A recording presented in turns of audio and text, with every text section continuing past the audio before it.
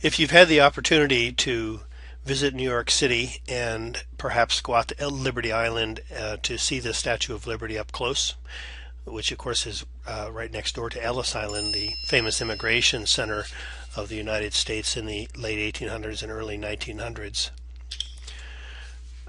you may have noticed that there was an inscription inside the statue that speaks to the attitude that America had about immigrants 100 years or more ago, that perhaps I think we have lost since this time.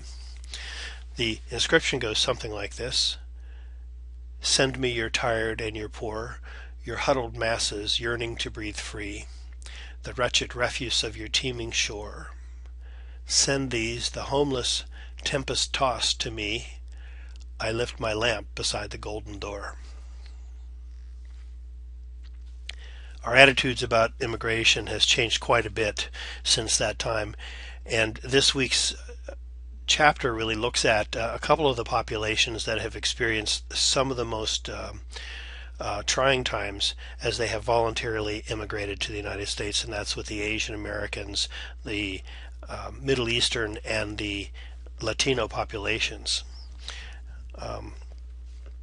I want to mention that there other populations that aren't being included in this week's discussion is in another chapter that we're going to be talking about.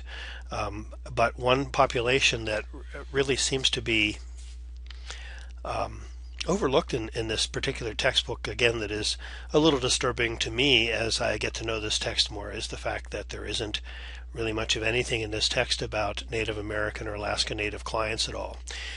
This is not a diversity class, and so in seeking out a textbook, I wasn't necessarily looking for a text that covers every racial and ethnic group and special interest group. But this week you're going to find that most all of the groups that are in our diversity project in this course are covered in the text, except for Native American Alaska Natives.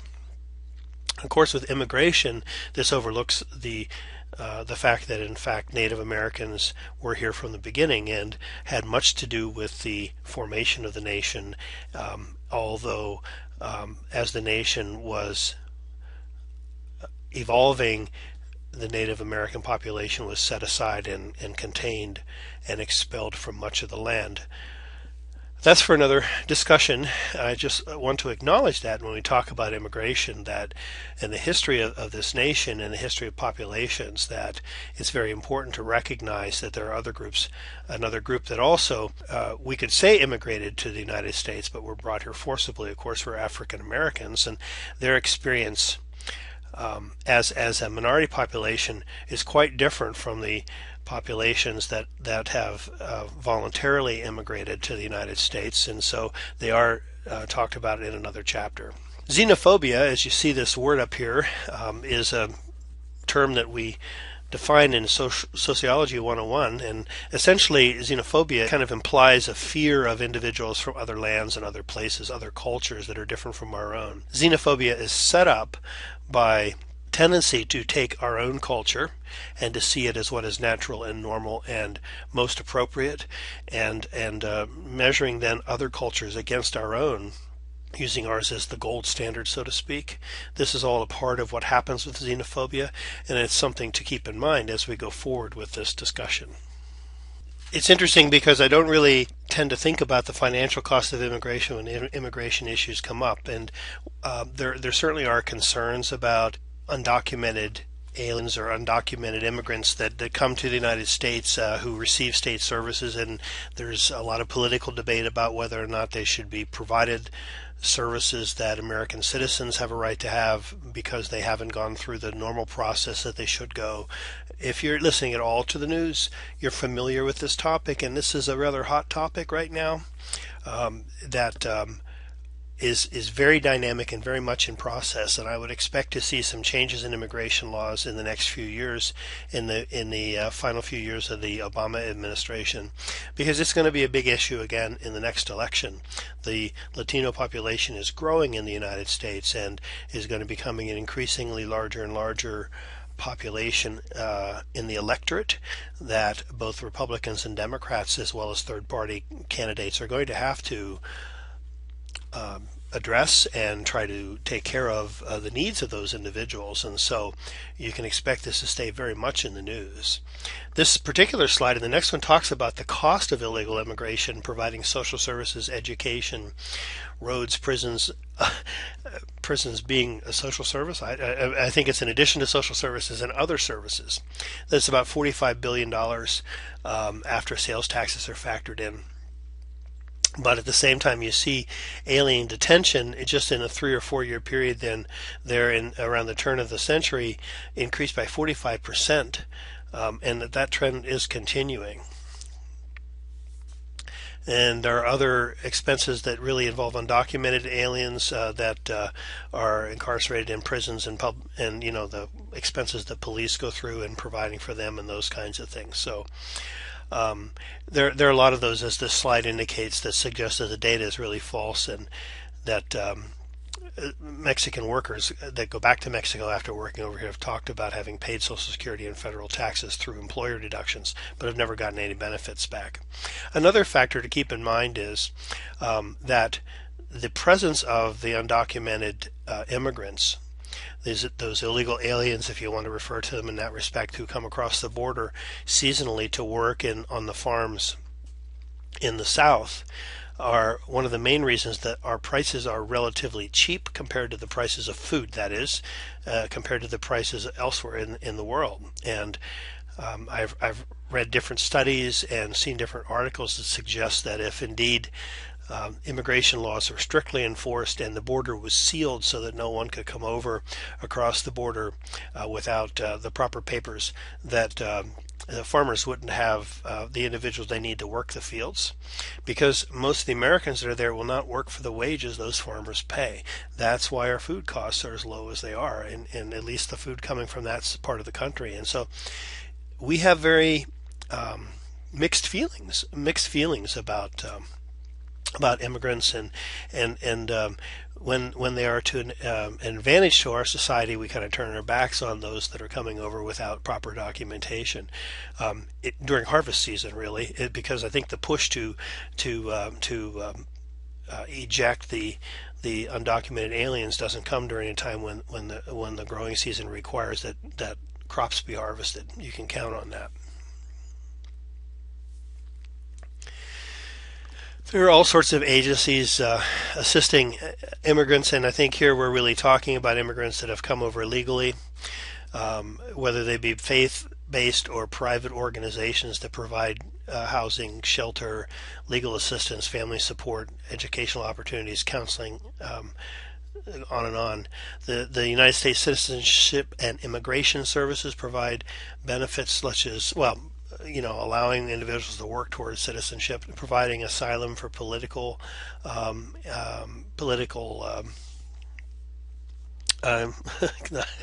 losing the word, those seeking asylum for political reasons, those kinds of things.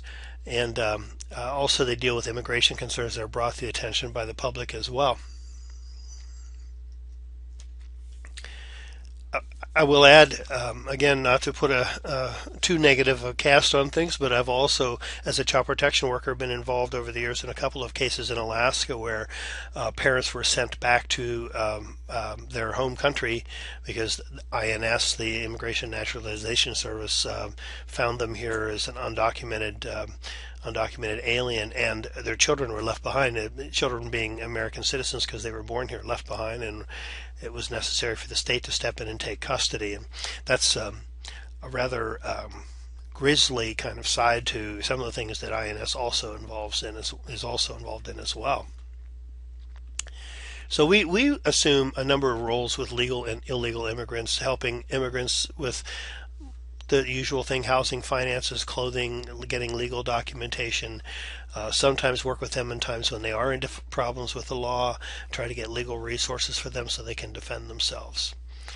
And we also, as a profession, work with immigrants to help them understand their legal rights and act as advocates. In some cases, in other cases in child welfare, for instance, we have as an agency also help to reunify or to unify, I should say, children with parents in another nation where the parent may have been sent away quite some time ago, but the child remained behind with their American parent who became unable to care for them for one reason or another, and we were able to help reunify the child with his parent in the other nation. So there are a number of different things that social workers do in these kinds of situations.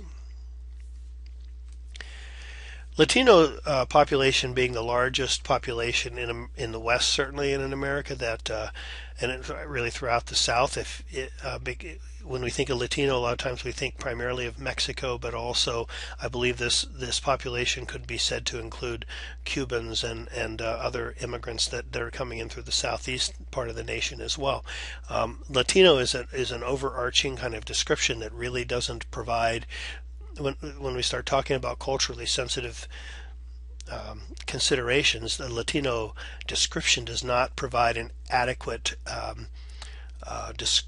identifier, let's say, for the individuals that come here, because the Mexican and Cuban and, well, if you want to say Hispanic, Spanish, and all those other nations, the Central American nations, the South American nations, might all be considered Latino in one way or another, and yet they're very, very different cultures, and so this is a very broad generalization when we talk about this population.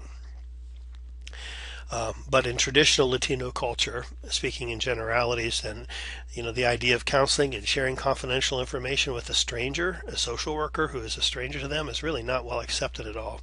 And while they may be engaged in some form of treatment, it's oftentimes against their will, and sometimes they don't really understand how all this works, and so they feel being in a crisis and not really having the resources that they usually have at home, or the capacity to deal with it successfully as they might at home. They sometimes have this sense of weakness in the midst of this crisis.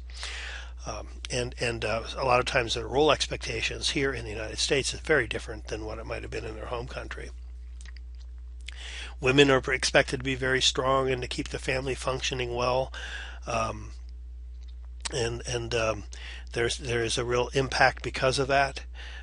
Generally, this says that immigrant Mexican women have a higher level of generalized distress and psychological distress than the Mexican men coming over, according to some studies, at least, that they mentioned in the textbook. They are more likely to develop long-term psychological problems like anxiety and depression than their non-Latino clients in a similar crisis. And very possibly that's because they are separated from their usual sources of support, the extended family and their local community, all of which they were very familiar with and comfortable with, but that they no longer that they no longer have since they've come to the nation. In particular, this culture values respect for accomplishments.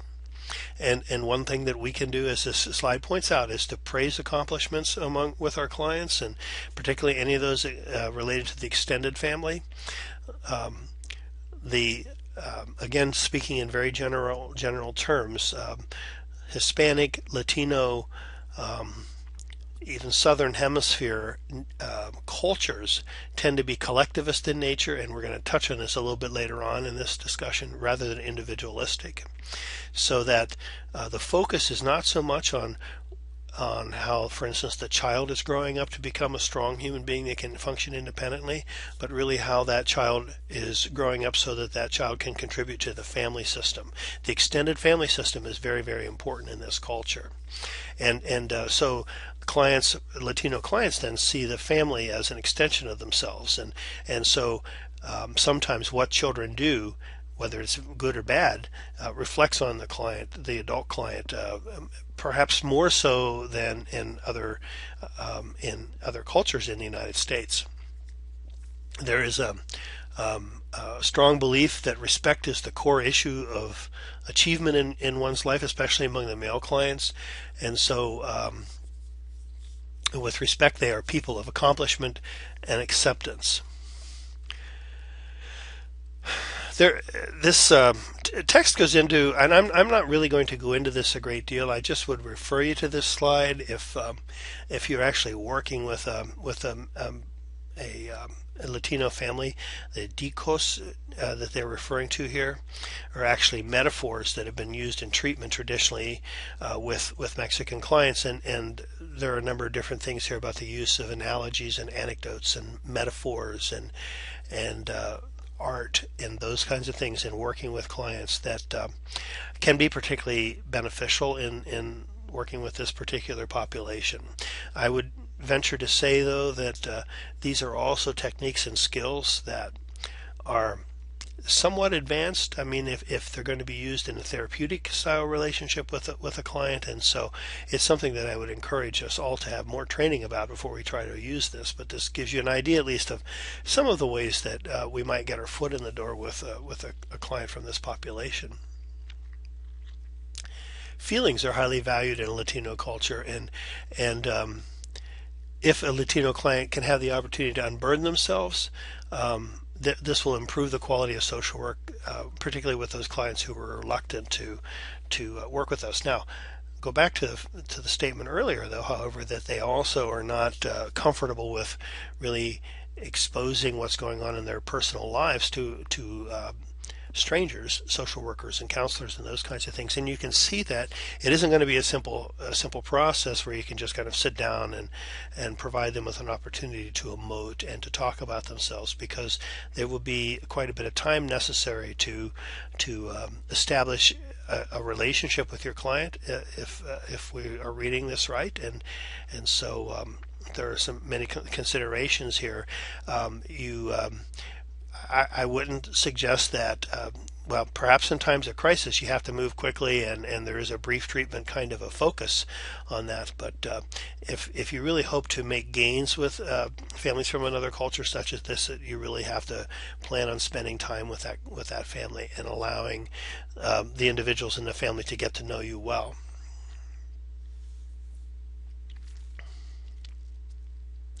This is the largest minority group in America, and the mental health problems of Hispanics living in poverty and undocumented immigrants are exacerbated by all the economic stressors and the problems with racism and political oppression that are rampant in our society today. Mental health treatment is important, but it has to encompass things beyond the traditional kind of talk therapy, so to speak, so that you're really looking at advocating for your clients and reaching out into the community, working with social systems that affect your clients, those kinds of things.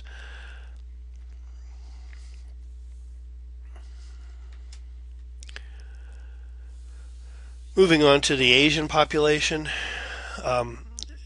there's a comparison that is drawn by one writer about this population that points to the fact that our national character, one of our core values in America, is rugged individualism. And if you've had other social work classes or even sociology classes, you're aware of this. I think this notion that we are raised to be independent and we should be able to take care of ourselves. And there is this sense in among Americans really that getting help then is an indication that you're not taking care of yourself or needing to be dependent upon the system. This is one of the reasons why we really are disdainful of individuals who draw benefits sometimes, because of this sense that we should be self-contained, autonomous, self-reliant, and set our own direction, so to speak, have our own responsibility before we take on responsibility for other people. We have to be able to stand on our own 2 feet.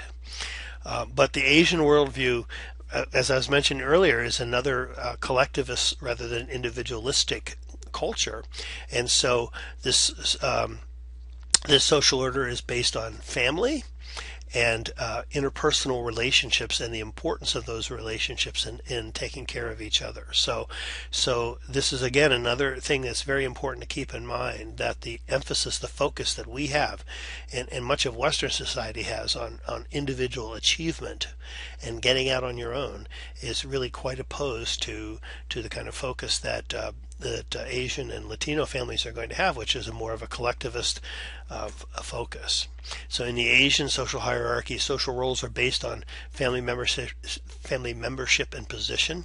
And although I have read that the focus upon respect for the elderly elders in culture in Asian is not as high as it once was. I believe there's still more of a deference to the older individual in Asian society.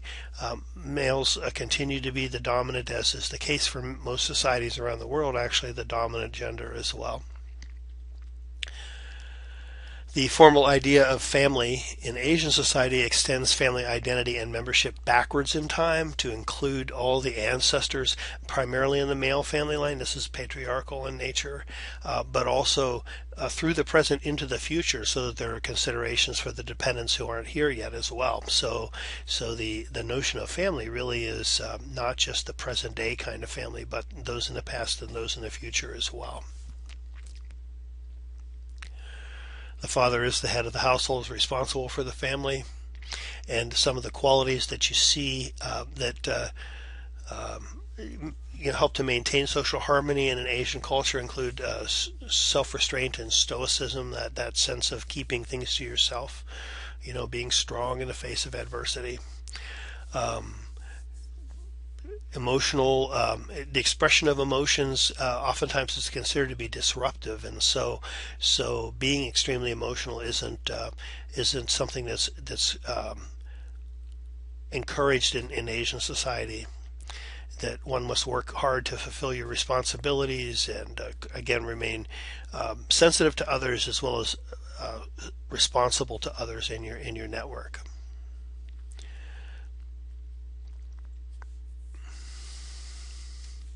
Harmony is really much of the focus of preserving harmony and getting along is so very important in Asian cultures. So Asians will seek help from mental health professionals only when all their other kind of coping strategies have failed. Their other resources aren't available to them. They've all been exhausted, and there is a belief among many mental health professionals, Asian mental health professionals, that there's a great unmet need for appropriate mental health care, even though the Asians tend to use mental health services very, very, very little. There is a stigma associated with seeking out of family assistance for mental health that intrudes on the Asians' abilities to engage in services with a worker, and so and again, the European American mental health care techniques and approaches and beliefs are that Western kind of individualistic value of self is very different from the Asian culture, the collectivist ideas, and so it's there aren't a lot of culturally sensitive mental health professionals out there that are really ready to work with Asians.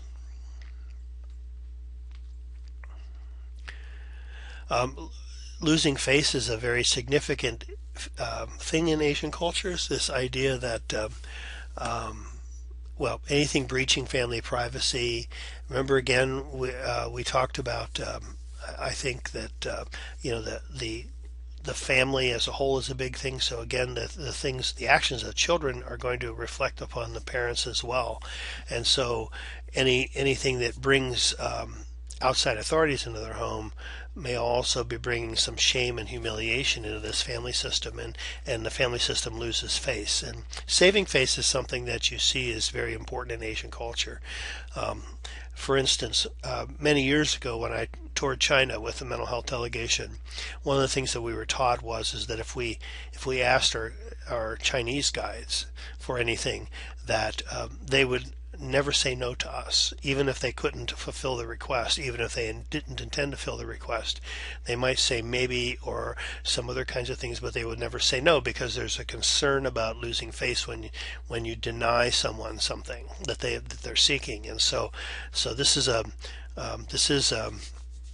a familiar concept for those that have been exposed to Asian culture much, and so you can imagine then that the need to allow outside professionals to come into the home and provide services and ask these very personal questions that we tend to ask is something that can be very distressing to the family system.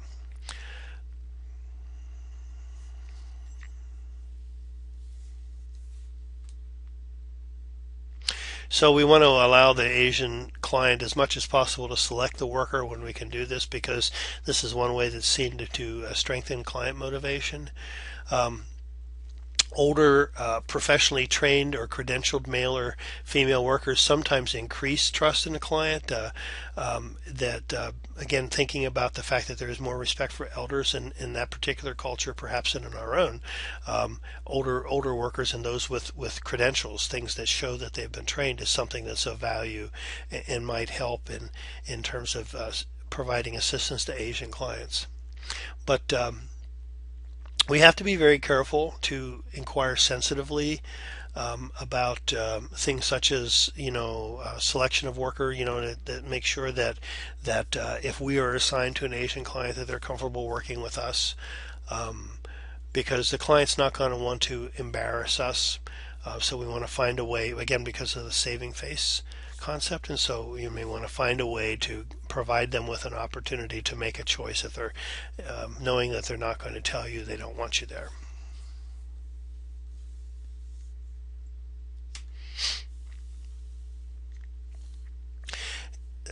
Allowing time is another thing, both in terms of especially in the first meeting, perhaps the session length, but also the frequency and number of sessions, because there again this sense of this natural resistance to self-disclose intimate life details to a therapist means that they're going to have time to become comfortable with you and to see you more as a part of their own life and things like this. And so don't expect your Asian clients to be able to tell you right away why they're coming into treatment, because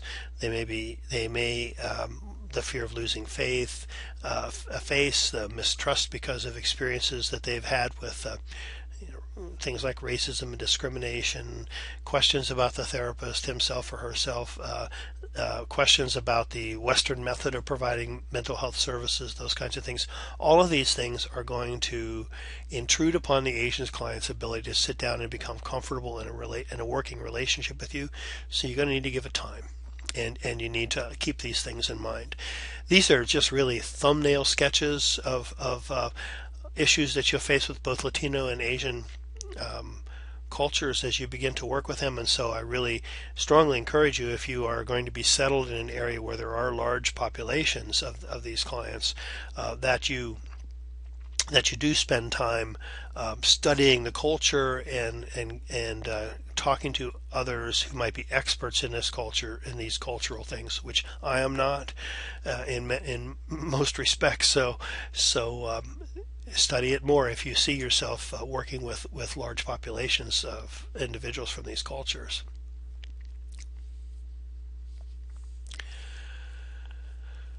The Asian American client, this slide points out, is strongly influenced by the way his or her individual conduct will affect the family.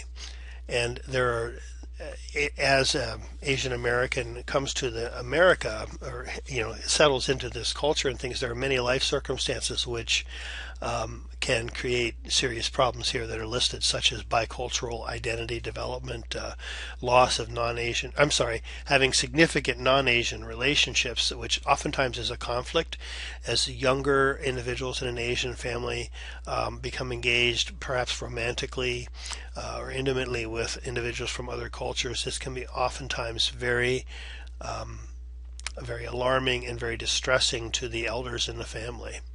And not only Asians with whites, but Asians with other Asian cultures, for that matter, sometimes is a very disturbing kind of thing to older individuals in a family. And so, and you see the other things listed here on the list. I don't need to read them to you, but there also are considerations to be made for who the individual is in the Asian family, so that the younger generation, particularly those that have been born in America, their experience as an Asian American is going to be different from the experience of their parents, who may have immigrated here with their own parents, perhaps, or something like that. Their parents may or may not have spent significant time in their own native country, and so the length of time that one lived in the older country before they came to America is another thing that's going to impact the Asian Americans' experience here. When the family came to America, and historically speaking, what was going on about Asian Americans, because 100 years ago or so, there were actually many Asian Americans were excluded from immigrating entirely for a period of time, around 100 years ago in America as well. And there, of course, then the whole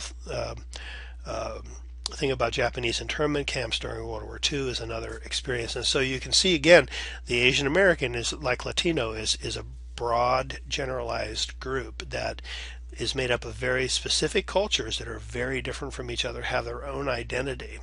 And sometimes there are as many variations within the quote unquote Asian American culture within those cultures as there are between the Asian Americans and Americans themselves, or the Caucasians themselves, I should say. And so it's important to keep that in mind.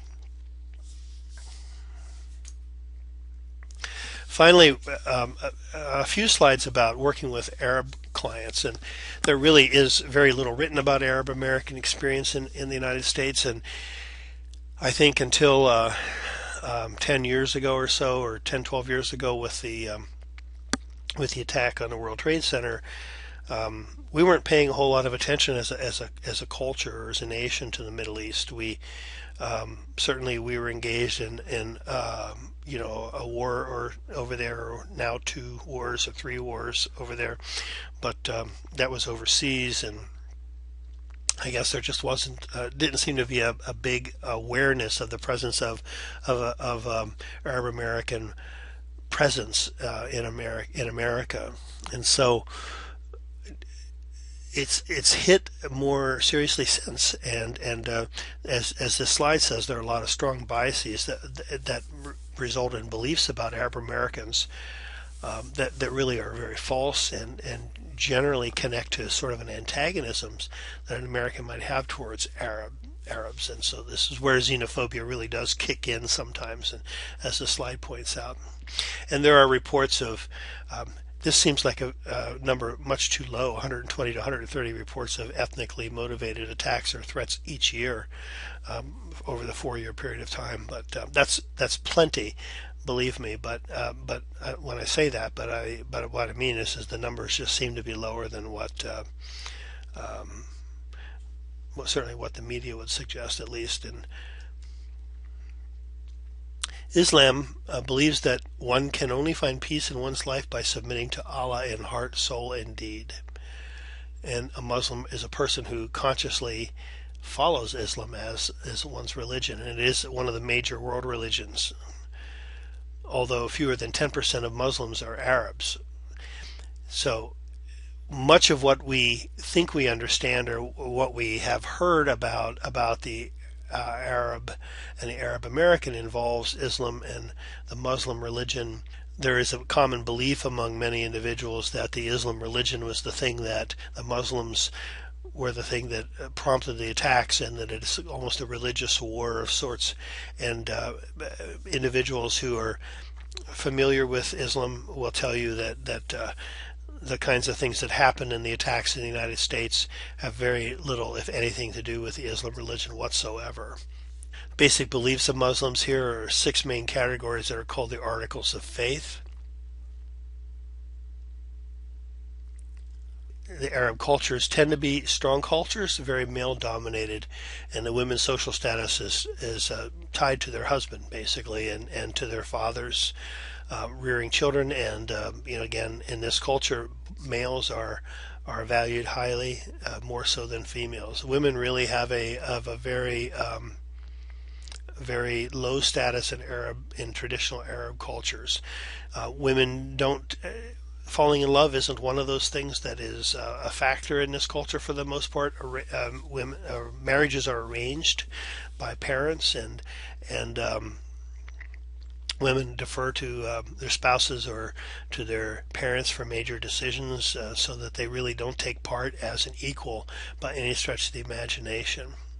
And women often, because divorce is really frowned upon so badly, and again, remember, if a divorce occurs, it's in this particular culture, it's going to be the woman's fault, and so there's a lot of pressure on women to stay in marriages that may actually have some very serious marital problems, and they want to avoid the whole stigma that comes with divorce.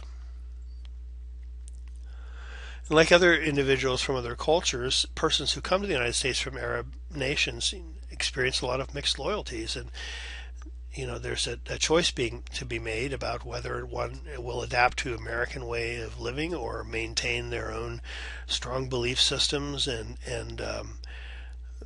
do they assimilate, or do they remain very secular, and those kinds of things. So, or rather, do they assimilate and become secular, or do they remain very self-contained and connected to their own culture? And like other cultures that we've talked about, how long an individual has resided in the host country, how old they were at the time of immigration, what kind of connections have they had? Have they visited back in their own country recently, for instance? Do they have a Christian religious background? A lot of these different, and because many Arabs do have a Christian religion as not necessarily Muslim. That's a generalization and an assumption we make about individuals from Arab nations, but there are Christian Arabs as well. And so all of these kinds of things will kind of tie in together to determine how difficult assimilation and acculturation might be, if that indeed is the goal. Mental health interventions tend to be stigmatizing, and that stigma might be reduced if mental health services are provided more as at a general medical clinic rather than as a specific counseling center or things like this. So in the end, that does say here that Arab clients and families oftentimes will place a great emphasis, a great responsibility on the mental health practitioner to provide solutions to problems without much intervention or input, rather, from the clients themselves. And so they expect essentially that, at least again as a group, oftentimes individuals from this group will expect the mental health practitioner to come up with a lot of solutions. So a lot of pressure on the individual working with his family. So as I say, this is a very brief thumbnail sketch of working with individuals from these three cultures. And if you find yourself likely to be strongly engaged in work with individuals from these cultures, please get more training and learn more about the culture. The key is here to be culturally sensitive, and providing services to individuals from these particular cultures can make the big difference between whether or not you can keep your client engaged with you, and if the client does remain engaged with you, how successful you'll be in helping them. Thank you.